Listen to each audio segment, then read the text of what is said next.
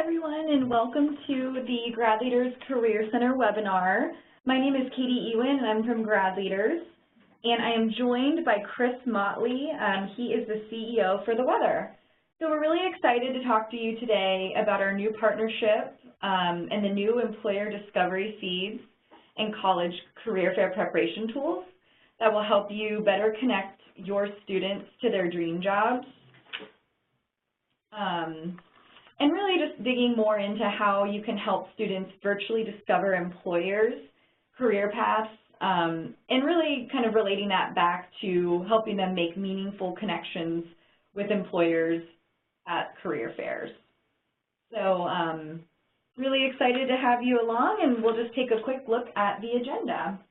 Oh, and just as a quick reminder, if you have any questions, please use our live chat feature as opposed to the Q&A section. I know that's a little bit confusing, but go ahead and just send your questions through the live chat to all panelists so that Chris and I can really dig in and kind of see what we can help answer questions about. So for our agenda today, I'm going to quickly walk you through some of the top challenges that we hear from career services teams and some of our solutions to those challenges. We'll do a quick overview of the partnership that we have with the Weather, and then we'll spend the majority of our time today talking about why content personalization matters to job-seeking students. So I'm sure you guys may have seen this slide if you attended our conference last year. But if you haven't seen it, I'm sure a lot of these challenges aren't news to you. We've been serving career service and career center teams for over 30 years, and the responses are consistently pointing to challenges with engagement and employment outcomes. And then on top of that, everyone is struggling with limited resources and trying to find the most efficient and effective ways to accomplish goals in their day-to-day duties. So our goals as your technology provider and your partner are to help students find their dream jobs by constantly developing new solutions so we can really help you with increasing efficiency, increasing student engagement with your office, and improving your overall employment outcomes.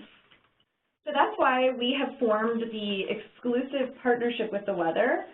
The Weather is the only recruitment marketing platform that combines a CRM and a dedicated student app to automatically connect your students' strengths and values to right-fit employers.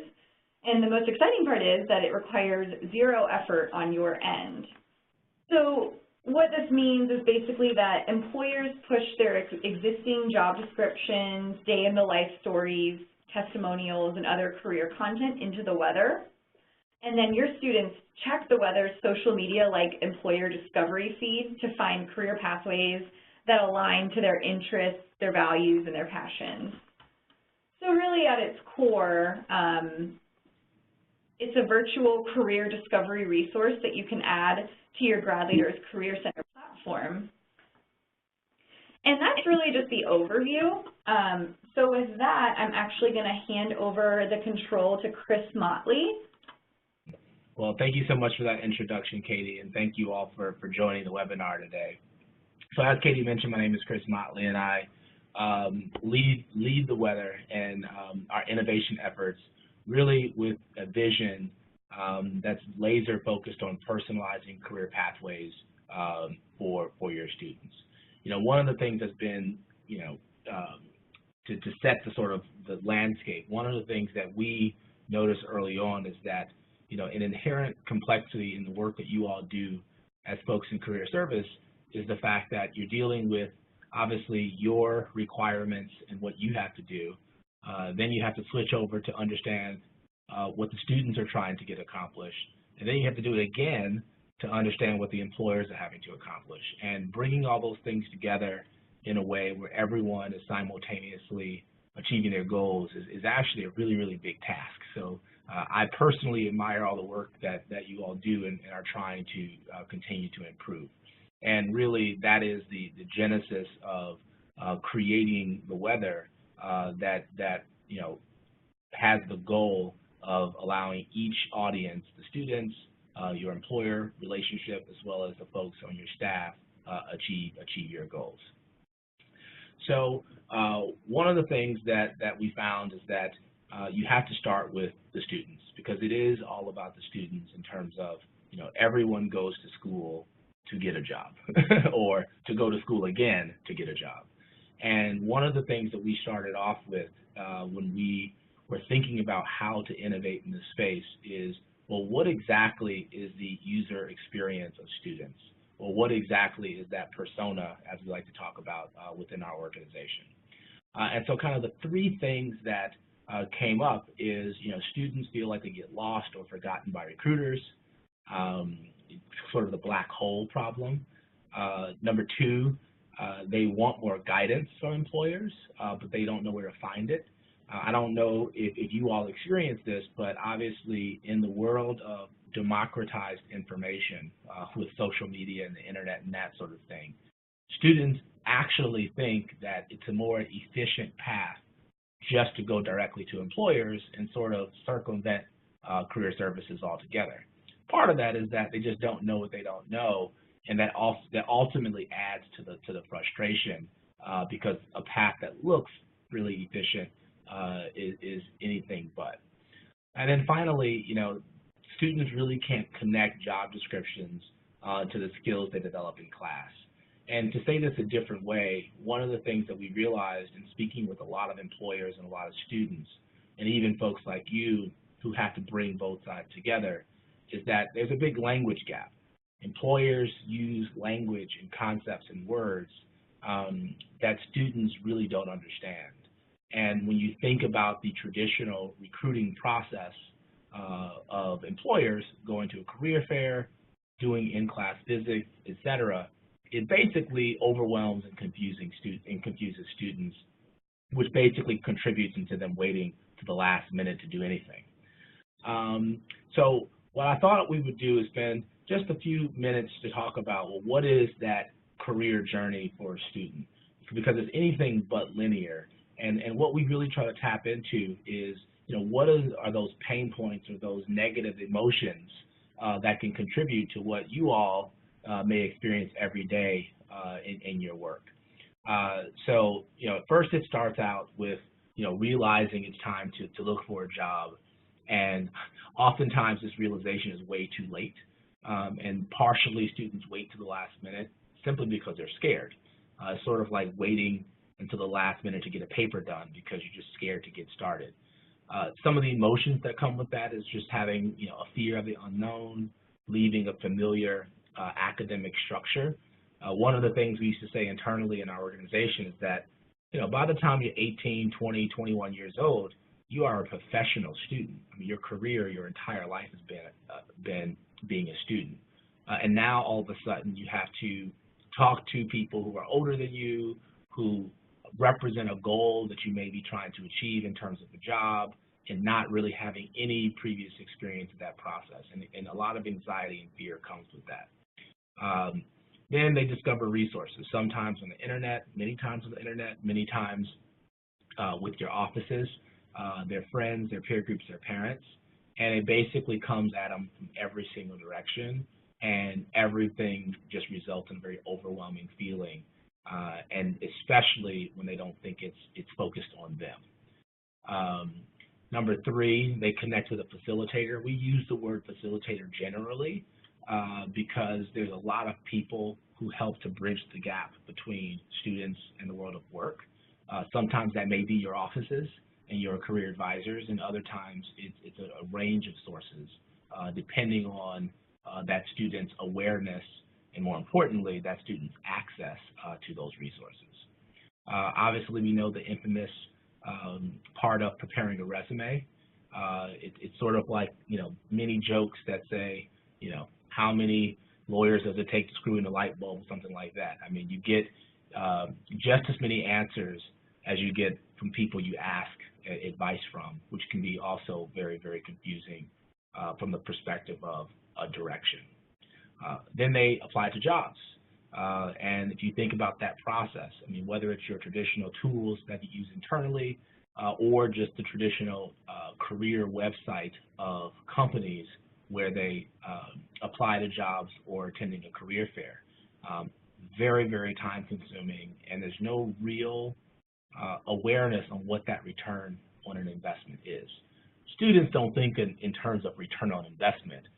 They say things like, I think it's going to be a waste of time, I'm not sure I want to do this. But it really comes down to what is that return on investment of time and effort. And then finally, getting ready for interviews. And then it comes to the point of, well, how do I translate my area of study, especially for liberal arts majors, to the world of work or to a particular organization? Or how do I talk about myself in a professional way? Again, language that students aren't used to using in the casual environment that is the very definition of a college experience. And then finally, on the negative side, to a certain extent, it is a numbers game and handling that rejection. And unlike, I think, us as adults, there's a lot of rejections that we face and that happen in our lives, but it's by and large a private experience. But when you're a senior or you're a junior or even younger, and you get that rejection when everyone is trying to attain a job or get into graduate school, you're experiencing that rejection in somewhat a public way. Again, really contributing to the emotional side of students, which I think is left out of the process, especially when employers are trying to recruit your students. And we believe that it's the role of not only career services, but the people like us, grad leaders in the weather, who want to support career services and giving you the tools necessary to help educate the employers, and obviously we help directly to employers as well, but also coming up with ideas to kind of turn all of these unhappy, painful emotions to more happy and pleasurable emotions. So let's shift to your other customer, which are employers. And I know I'm preaching to the choir here, but it does bear mentioning and how these things have come together. Students, we just talked 2 minutes on this. It's these negative emotions and this uncertainty and overwhelming anxiety. On the employers, well, they all have jobs to do, and ultimately they want to cut their recruiting costs, because we all know that HR is a cost center. They definitely want to effectively communicate their employer brand to make sure they're getting a high ROI on their initiatives. And ultimately, they need to hire people. And sometimes folks who have very specific metrics and very specific goals don't focus on the way they go about doing things, especially in how it makes other people feel. And this is where we think the source of innovation lies, and that's why we at the Weather are very excited about our partnership with GradLeaders. When we think about and what we hear from employers, and we just had a call with one of them today, it's a very time-consuming process to source students from campuses. Whether it's choosing the campus itself, planning the visits, bringing business people to the campuses themselves so that the students can have a better understanding about what it's like at that organization from the ground floor, and then bringing students to the organization itself to try to provide a more tangible experience in the recruiting process. Very, very expensive and time-consuming. We often hear the citations of the lack of brand visibility, not only for the folks who are currently looking for internships and full-time jobs, but also underclassmen who are earlier in the process and trying to discover opportunities. The more the companies can early identify talent, it actually helps them to improve their talent pipelines. And this is only magnified when we think about diverse populations. And then finally, we hear complaints and pain points from employers about they only see a small percentage of conversion between people who express interest and then who ultimately apply, but also the conversion of when offers are extended, students accepting those offers. I think that this issue anecdotally is probably more pronounced with companies that don't have consumer-facing brands, but have tremendous opportunities that could be a great springboard to a career for students. And so again, when we juxtapose the issues and the emotions that students face, and then do the same thing with employers, and we didn't even talk about you all yet, because you have to manage all this stuff. There's a lot of complexity that we have to cut through when we think about innovations. So one piece of research I wanted to share, we have educators on the phone, and educators love research. Strata Education Network and the Gallup organization published research in September of last year, and they surveyed, I think, 15,000 students to really understand how they chose their majors, what resources they used, how they chose their career path. And the interesting thing that they found is that, informal work-based relationships and interactions and informal school-based interactions and relationships were the most helpful but least used aspects of deciding a career path as well as a field of study. And what I love about this research is that it really speaks to an innovation attribute, meaning if we were to innovate in how we more effectively support career services in connecting students and employers, it has to have some component of this informal, casual interaction, because when things are informal and when things are casual, right, think like play dates, real bonds can be formed and relationships can be built, and the anxiety and the trepidation sort of fall by the wayside. So that's one of the things we like to keep in mind from this research that Strata and Gallup published. So it's time that we address these challenges, and that's sort of the catalyst for the partnership between GradLeaders and the Weather. And we believe that we stay focused on helping students pursue a personalized career pathway, again, by combining the formal guidance that obviously you all provide from a Career Center perspective, but also an informal discovery process through relationships and through content. Maybe we can make a big dent in more efficiently connecting employers and students in a way that they all have a very pleasurable experience. So I'll give you an example or use case of how we imagine this to work in a way that doesn't create work for your teams and your staff in making this stuff possible. So number one, we believe there's an incredible amount of power in career events, like a career fair. Now, we all can agree, some may be more honest than others, that they're not as effective as they could be. But there is value in the fact that it's an event, it's a rallying moment for students to at least discover employers and vice versa, and then obviously for the more type A's to actually execute on those career opportunities, and from the recruiting side, execute that sourcing campaign to get interns and full-time hires. So the events, we believe, is a great rallying point to start introducing new innovations that really helps to facilitate better discovery. The second piece is that the promotion of the Weather for students and employers.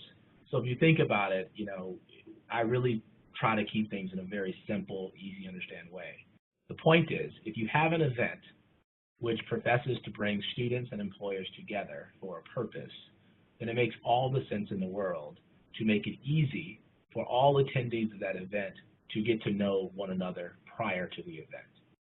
If that's done successfully, then the interactions at the event itself between students and employers are far more elevated and valuable for both sides. The benefit of that gets into point number 3, is that the type of interactions and the type of data that can be gleaned from such an experience would power your career offices for continuous improvement to better facilitate the connection between students and employers.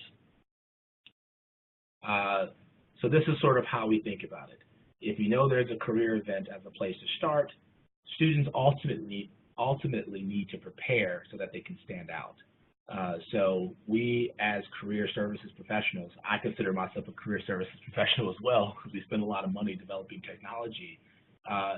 we may say to a student, well, check out LinkedIn and see who you know at a company, or go to Glassdoor to understand more, or go to the company's career website to understand more. When we keep going down this list of things that we would advise a student to do, come to my office and get your resume reviewed, you can see very quickly how that could be overwhelming. And maybe the catalyst should be, here's a central place for you to discover a lot of things about companies who are already slated to come to our university to meet you. On the company side, the reverse is true, which is if I am a recruiter and I'm trying to recruit marketers for my organization, I would love to give students an opportunity to learn more about my organization and identify those students who I think are highly relevant, so that when I get to campus, I can spend my time more wisely, especially if I'm the recruiter that brings frontline employees to the career fair to provide a great interaction between students and the team they're likely to be working for. And so that's how that discovery process of step number one of before the career event feeds directly into the career event itself in terms of the quality of interactions, where students can showcase their soft skills and how they communicate with employers because they've adequately prepared, and employers can reinforce that brand which some of their career content speaks to. And then after the career fair, everybody's feeling confident and they can work to pursue their goals. Some students, it's really to execute that internship for that full-time job.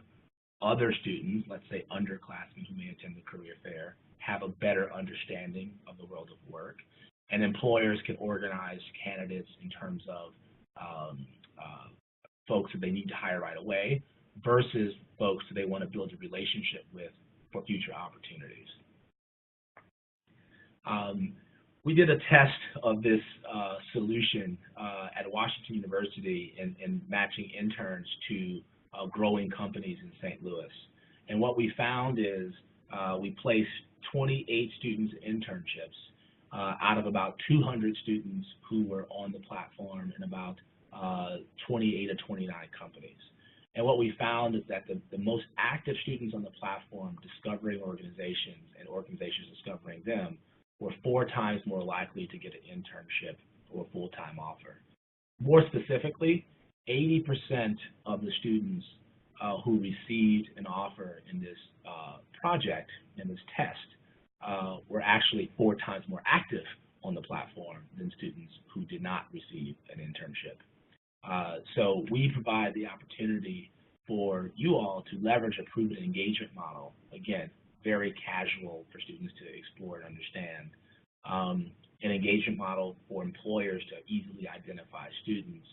And if all of that engagement is happening, the ability to track outcomes and have visibility into the trends of what students are interested in, what employers are interested in an empirical way, really provide a baseline or a foundation for continuous improvement. So how does all this stuff work? So what we notice is that every single employer has a career website.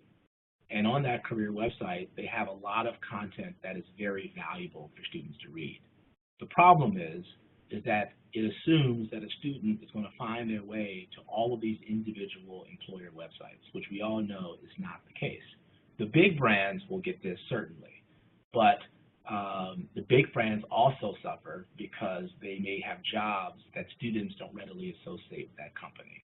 Think like retail jobs at Apple 10 years ago. It was unheard of because people thought of Apple as design, development, etc. So this is something that's important not only for the consumer-facing brands that are very large who are trying to fill jobs that there's no association, but it's also important for the companies that are B2B that have great opportunities but no way to target their opportunities to students based on those student strengths, values, and interests. So what the Weather does is we aggregate all that career content on company websites, their career websites or their microsites focused on students, and we put it in a standardized way that allows students to discover easily. You can think about this as, think Spotify. Spotify has made it very easy to discover music simply because there's a standardized experience by which students or individuals can do that. So we're taking things that work in other parts of the economy, and we're applying it to this niche of university recruiting, where the result is students understand more about the world of work and its casual interaction. Companies understand how their brands are trending and resonating on your campuses and among student groups, and all that data is being captured for the benefit of you and your teams. One of the things we also notice is going back to this student journey is that it can be overwhelming and intimidating. So one of the things that we created in the user experience is this idea of Dream Job Builder. So the first thing that a student does when they come onto the application is they simply select attributes that describe themselves. Now, for the educators, if you look at on the left side of your screen, these attributes are basically competencies. And what the weather does is we built a taxonomy that maps those competencies that students believe they possess as the very first simple starting point to discover careers. Well before they create a resume, well before they have to start thinking about their individual skills, just to make that starting point as simple, as casual, as fun as possible. On the employer side, it's the same exact thing. You know, employers oftentimes are trying to fill the exact same roles each year, whether it's marketing or software development or sales. And each of those roles has skills and competencies that are important over others. Also, each of these companies have values that speak to their corporate culture, whether it's a very risk-taking entrepreneurial environment as opposed to a highly structured, process-oriented one. So from an employer perspective, we understand in their experience what roles they're trying to fill, well before they have crafted a job description, as an example, simply to understand what they're looking for. And when you combine these two things together, meaning the competencies that students believe describe themselves and the competencies associated to the most popular roles that employers are trying to fill, you immediately provide discovery to opportunities and relevant candidates. And that's partially how the magic happens in bringing students and employers together on the Weather platform. And as a result, all of the content that students engage with from companies, whether it's videos about their company culture, whether it's stories about the day in the life of a sales manager, or even articles that speak to skills that are important for various career paths. The more that students engage with that content that's coming from employers, it basically flags that individual as being more relevant to an employer versus less relevant. If you imagine how this happens over time, this is how we instantly create talent pipelines for companies, just based off of a very simple on-ramping and onboarding process for both students and employers. And what does this all mean to you? Now, we know that one of the most painful things in career services is running the data. And what we've done is we capture all of the data that underlies all the activities that both students and employers do on the platform, and it's put together in a way that allows your career services team to understand what's the impact in real time. So this is an example of what a high-level report looks like, where you can see, well, what is that week-on-week student interest in career paths, whether it's your freshmen through your seniors. What exactly are they doing on the application? Are they reading a lot of articles about skills to acquire? Are they reading a lot of articles on various company cultures? We're capturing that as well. On the flip side, well, which employers are the most popular among your students? What types of jobs are the most popular among your students? And all of this type of data really helps to set a foundation for conversations you can have with administrators and professors, even in making sure that the curriculum is incorporating, whether it's formal curriculum or extracurricular activities, are formulated in a way that's actually meeting the needs of the employers and the interest of students as they think about their careers, even if they're just starting to think about it. On the events at the bottom left, this is going more deep into how students are using the application, which gives you insight into what they're interested in, and then which students are the most engaged. We know it's a great practice happening in universities, and that some of you all, I'm sure, are probably doing it right now, which is hiring students to work in the Career Center to really help with activation efforts, whether it be for employers coming to a career fair or students just coming into the office to get resume reviewed. By quickly identifying the most engaged and active students on the system, we believe it's a great opportunity for your teams to identify students who are net promoters of your offices and your services to provide even more impact to students and employers. So we believe that this is a win-win sort of all around.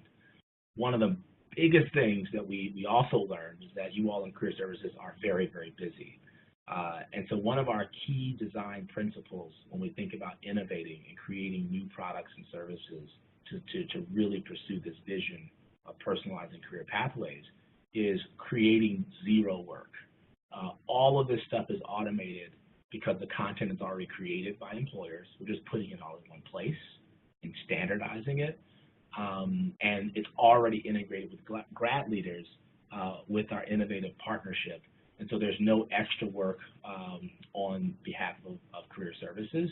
All you do is communicate that this is a useful resource and see the data pile up in terms of the effectiveness, particularly around having students and employers discover each other prior to a career event, and even when companies are not on campus, but still providing services to your students. So again, student use the weather, or check the weather, as we like to say, to casually discover new companies and opportunities. They don't realize it, but they're actually preparing by building awareness of what's expected by employers. They can gain early consideration from employers who identify them early in the process, and ultimately they're going to be better prepared when they're attending campus career events and show up well to hiring employers. So currently we're successfully deployed at 50 schools. One of the things that we hear a lot from career service offices is that the degree to which students are engaged in terms of time of day and around career events when they're waiting to the last minute. One of the quotes we have from Jessica at WashU is that shortly after implementing the weather, the students were able to discover each other much more quickly, which reduced the manual effort that her staff typically employed, and they were able to dedicate those resources and energy in another way to be more impactful. And the visibility of the data and engagement really helped them to focus on higher priority efforts. So we really appreciate WashU for being early adopters to help us get things to where it is now that allows us to offer it to you through GradLeaders. So it's a fast, simple way to start delivering personalized career pathways. We know, again, career services has no money. And so we had to create a model where it would be free to your students and free for your campus. Part of that is that we do require campuses to do best practices in terms of promotion to students and employers, which allows us to have a very efficient process of running the operation. Employers pay us, and what they're ultimately paying us for is the tools that we've created that helps them to target their brands to students early, build those relationships with students and their talent pipeline, which ultimately reduces their sourcing costs from college campuses. One last point I'll mention on this, and every school faces this. There's a number of employers where you have great relationships, and they come to campus every single year. There's a number of employers who would love to hire your students, but because they have already chosen their core schools, they probably won't choose to come to yours. And so one of the reasons why we're able to generate revenue is because employers will come to us and they'll say, you know, I would love exposure to these 20, 30, 40, 50 campuses, but I can't afford to have our executives and our frontline employees going to career fairs. We think that bringing these opportunities to your communities in a highly vetted and visible way simply provides other avenues for your students to discover careers and ultimately helping you to develop new relationships with employers who you may not have heard of. I mean, think about it. Let's rewind back 10, 12 years. There was a little company called Facebook who probably was hiring a lot of college students, and they didn't go to campuses to hire. Those are the types of opportunities you fast forward, whether it's Airbnb, whether it's Uber, Twilio, Yelp, I can go on and on and on, who hire a tremendous number of college students. But any growing company, their last function to develop is HR. And even in HR, the last activity that is developed in HR is a university recruiting team and process. All of those companies would love to have access, but they haven't developed the sophistication of some of the larger companies to come to campuses, figure out who their core schools are, and really have that tried and true method for sourcing candidates. So it provides a dual opportunity, meaning companies who are already on your campus enhancing what they're doing by being visible all year round with more activity happening on career events, but also companies that are not coming to your campus but would love exposure to your students and providing exposure to their very, very exciting career opportunities. I hope that makes sense, and we'll open it up for Q&A in just a quick second. The last point I'll mention, which we're very proud of, diversity recruiting obviously is a huge issue of not only tech companies, but all companies. And when we think about diversity, we do think about it holistically. But we recently received a grant from the Bill and Melinda Gates Foundation because they're really focused on career transitions from post-secondary education to the world of work. And I just mentioned this because, as you can imagine, as the largest foundation in the world, that due diligence process and really dig into how we do things and the competency models and how we match content to students and vice versa, they were very, very intent on making sure that what we do works.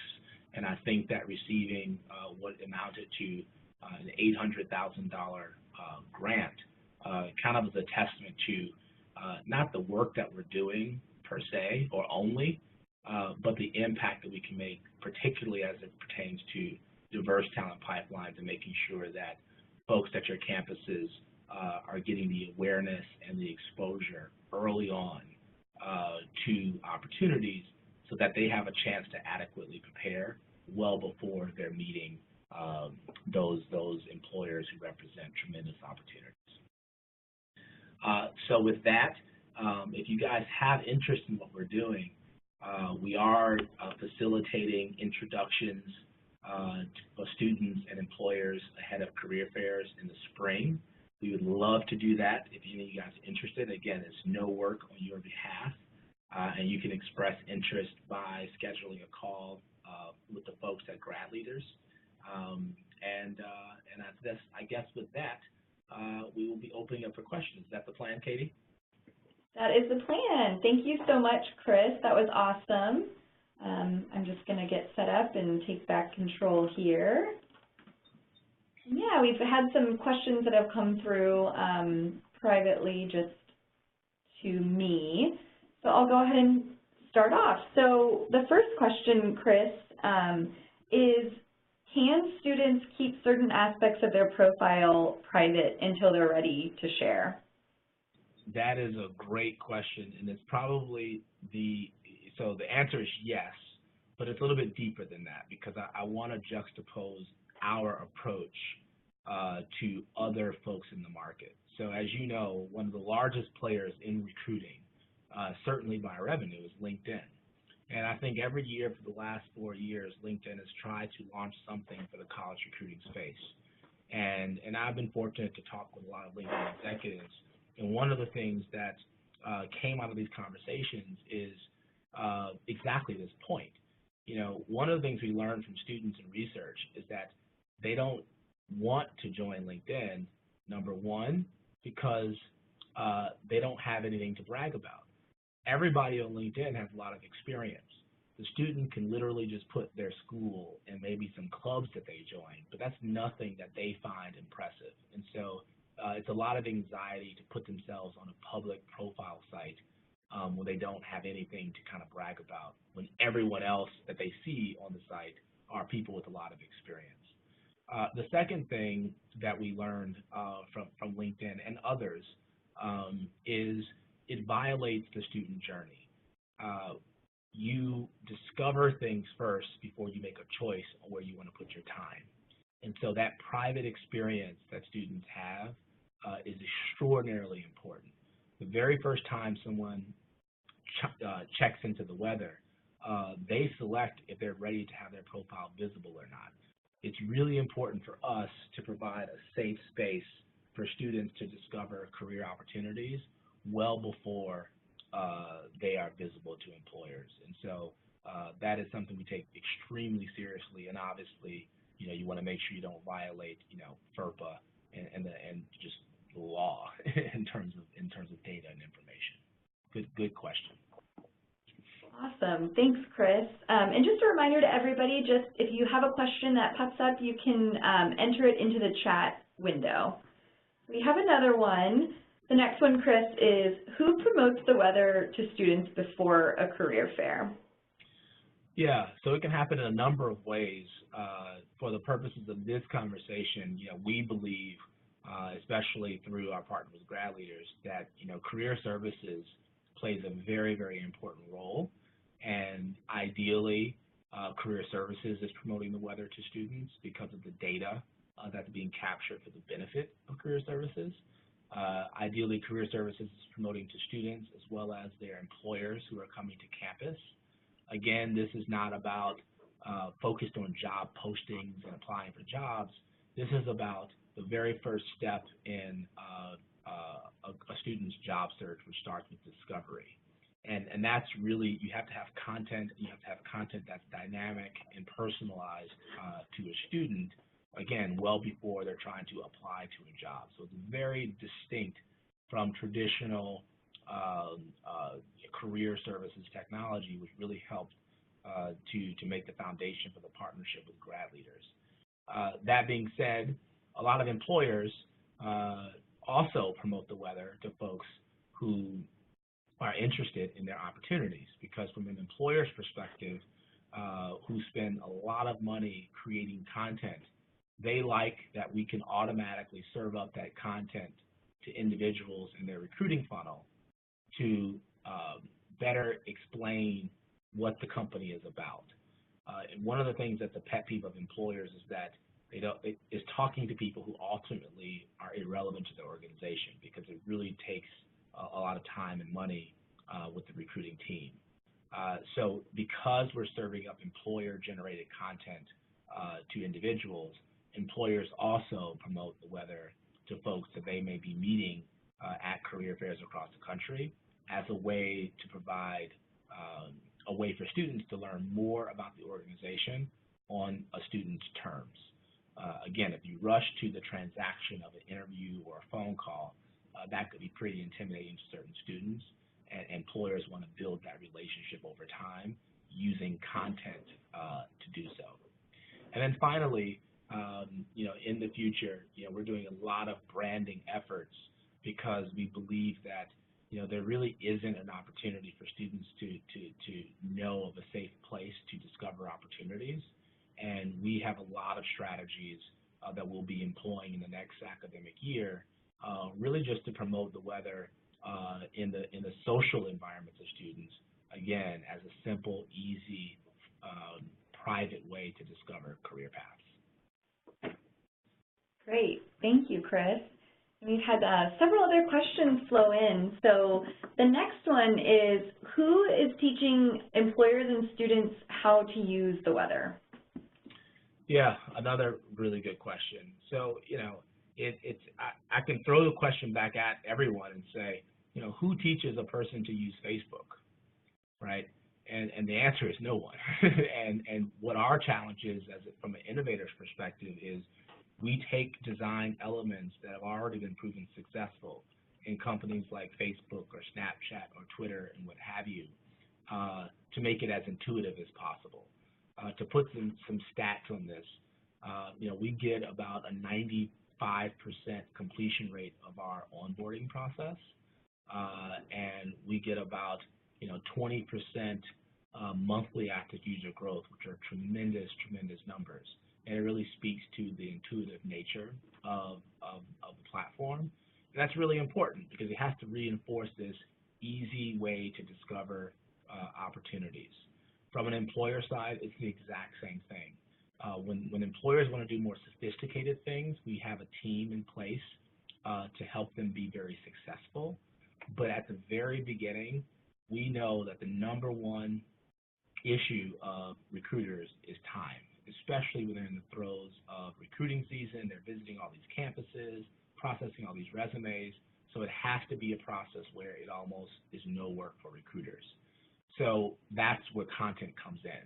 The content itself helps to build the talent pipeline, and within 30 seconds of a recruiter on the platform, they're getting visibility to individuals who are engaging with that content. But again, when companies want to do more sophisticated things, we have a resource guide within the application, very similar to a CRM, as well as an actual person who checks in on a regular basis to make sure that the employers are maximizing the value that the application provides. Awesome. Another question that we have is, of the 50 schools using the weather, are there any that are MBA schools, or is there a plan around kind of how that will be rolled out for a use case for MBA schools? Yeah, one of the things, so again, I'll go back to a social media example in that it's a human want and a human need to share experiences. It just so happened that Facebook started off in 3 universities and expanded, but the need and the want was universal, and we see what's happened with that business, over the last 10+ years or so. I think the same is true in when it comes to a student going to school for the purpose of becoming employed. The difference between an MBA student and an undergrad is that they have a little bit more awareness of the world of work, a little bit more of an understanding. So they don't need as much sort of hand-holding and preparation compared to their undergraduate counterparts. But the point is that the theme of providing discovery of opportunities is ubiquitous, whether it's an undergraduate student or an MBA student. I actually started the company in the MBA. I went to Kellogg for my MBA, and we started the company in Kellogg to solve the problem of MBA students being aware of opportunities that were not traditional consulting and not traditional banking. And what we realized right away in the early days of the product and MBA environments was that these folks have loans, these folks want to go work for the top companies and pay off their loans.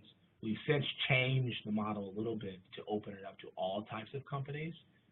And again, it goes back to that ubiquitous need of, I'm going to school, I'm studying X. What are the most relevant opportunities that I should be thinking about based on my interests, my values, my skills, my preferences in terms of location, et cetera. So it's really a holistic product for both an MBA student, a young professional, think your alumni, as well as current students. But we are laser focused on the undergrad market just because the need is the biggest there, simply because they don't have work experience. And content really helps to fill in some of the gaps. Sure, that definitely makes sense. Another question we have is around the employer side. Are employers paying a flat fee, or are there different levels of access? Yeah, so there are different levels of access. As I alluded to, we have a big focus on diverse talent pipeline. So we have like a diverse talent pipeline module that's very specific to that goal. But how we think about pricing and value created, we really juxtapose it to visiting schools and as a proxy of access to students. So larger companies would pay more because they need to hire more students and therefore would want more exposure to more schools. Smaller, more regional companies would tend to hire less and tend to look at a talent pool from a more limited number of schools. And employers pay a dollar amount per campus per month, and that ranges from $59 a month down to $39 a month, depending on the number of campuses where they want exposure to students, and then building that relationship through targeting their content to relevant folks. Awesome. Well, we're pushing up here on about 9 more minutes, so everybody just send in your questions, and we'll take 2 more. So Chris, the next one is, can employers directly message students before and after a career fair and vice versa? The answer is yes. They can directly message students before and after a career fair. But if a student's profile is private, they don't see that student's information, but they are still allowed to message that student. And what we found is that, at the end of the day, one of the big issues that we hear from career services is, how can we increase students' engagement in just all things career? And because it really, serves their interest. And one of the things that we found is that if employers are reaching out to students and they say things like, really like what I see, and let's just say they saw a GPA, a degree program, and nothing else, the employer can actually request to a student, it would be really great if you can upload your resume so I can understand and learn more about you. The impact that has on a student to have an employer request something like that is very, very different from someone in career services asking for that, a peer or a parent or something like that. And what it basically communicates to a student, if you think back to that slide on the student journey, it communicates to the student that someone is paying attention. It communicates to that student that someone wants to know more. And the source of that communication is most closely aligned with the student's goal, which is to get a job opportunity, whether it's an internship or a full-time job. So messaging is a very, very key component. And when students know that employers are paying attention, they don't fear that black hole. They can understand very clearly what the return on investment of their time and energy is. And in return, that increases engagement. We saw that with a control group we did at Washington University, where there was just tons of messages flying back and forth between students and employers. And what it ultimately did for Jessica and her team is we started to understand and report to her, well, what are the most asked questions? What are the types of communication going back from employers and students? And that helped her to inform the process. And now the second year we've been working with Jessica and facilitating interns into high growth companies in the St. Louis region. Gotcha. Well, we have time for one more question. So if your question did not get answered, we can certainly follow up after this webinar. So feel free to reach out to us, and we'll also be sending out a recording so you can reply to that. But just to wrap up, Chris, kind of coming back to the MBA side, I know that you said this is primarily for undergraduate students, but is there a percentage that you can give that employers are looking for MBA level hires on the weather, or is that not a need today? Well, as far as the weather goes? Yeah, well, it's certainly a need, no doubt about it. The partnership with GradLeaders, and GradLeaders has, for those of you who don't know, a pretty robust business in the MBA market at pretty much, I think, almost all of the top business schools. And that gives us a lot of insight as a partner into what those employers are thinking. And what we hear a lot from those employers is, how can we, again, better build relationships with students earlier to make our process very efficient. I will say, though, that at the MBA level, especially at the top business schools, it's a pretty well-oiled machine in terms of a very strict process in how companies recruit from those campuses. And again, those students, they do have a better understanding of the world of work. It may be over-indexed to too few companies, and that's probably a bigger issue, where the weather does lend itself to career discovery, but where we spend a lot of time focusing purely from the numbers perspective, the cost perspective on the employer side. So employers would rather hire more undergrad students than the MBA students because it's just cheaper. We see a huge opportunity there, especially when you think about the number of liberal arts majors and the challenge that students face in terms of, how do I connect my liberal arts degree to a career? I myself, I studied history. I studied financial services history, but my first job was an oil trader at Goldman Sachs. The way that happened was because, in a very manual way, I discovered, people and content that helped me connect the dots between what I was learning in school and how that could translate to a career in a transition that I was able to successfully make. If you look at the DNA of what we built with the weather, and what ultimately we're trying to do is take that manual process that I personally experienced and scale it in a way that supports the goals of career services, which is making sure that folks are getting connected to relevant opportunities and tracking all that data. The goal of students, which is what should I do with my life based on what I'm interested in. And then ultimately the goal of employers, our paid customers, which is how can I efficiently build a diverse talent pipeline, diversity from a holistic definition, to make recruiting much easier from college campuses. Sure. Well, thank you so much, Chris. That was super insightful, and we only have a couple minutes left, so just going to run through a few quick reminders for everybody on the call.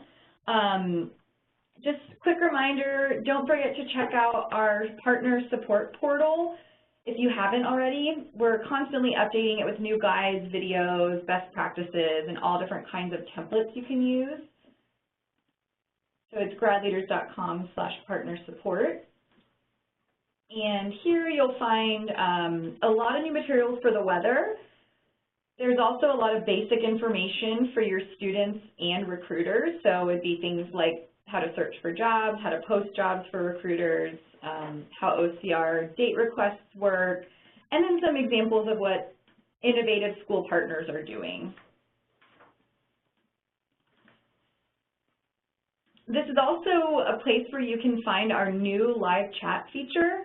So if you have a basic question, you can quickly get an answer just by typing in your question in the live chat feature. And then we also have a page devoted to our best practice webinars. So there will be recordings of previous webinars, and you'll also find a list of our upcoming webinars here. So be sure to check that out, but we'll also send out email reminders for you. And then lastly, just a quick reminder that if you haven't already, be sure to register for our 2018 GradLeaders Conference.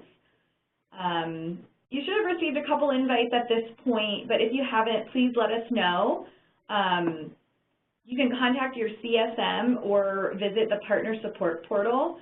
And be sure to get your tickets now. They are going fast. It's early bird registration deadline next week, and then after that, the prices will go up $100. So be sure to jump on that while it's available. And that is it. So thank you all so much. Thank you, Chris, and everybody have a great rest of your day.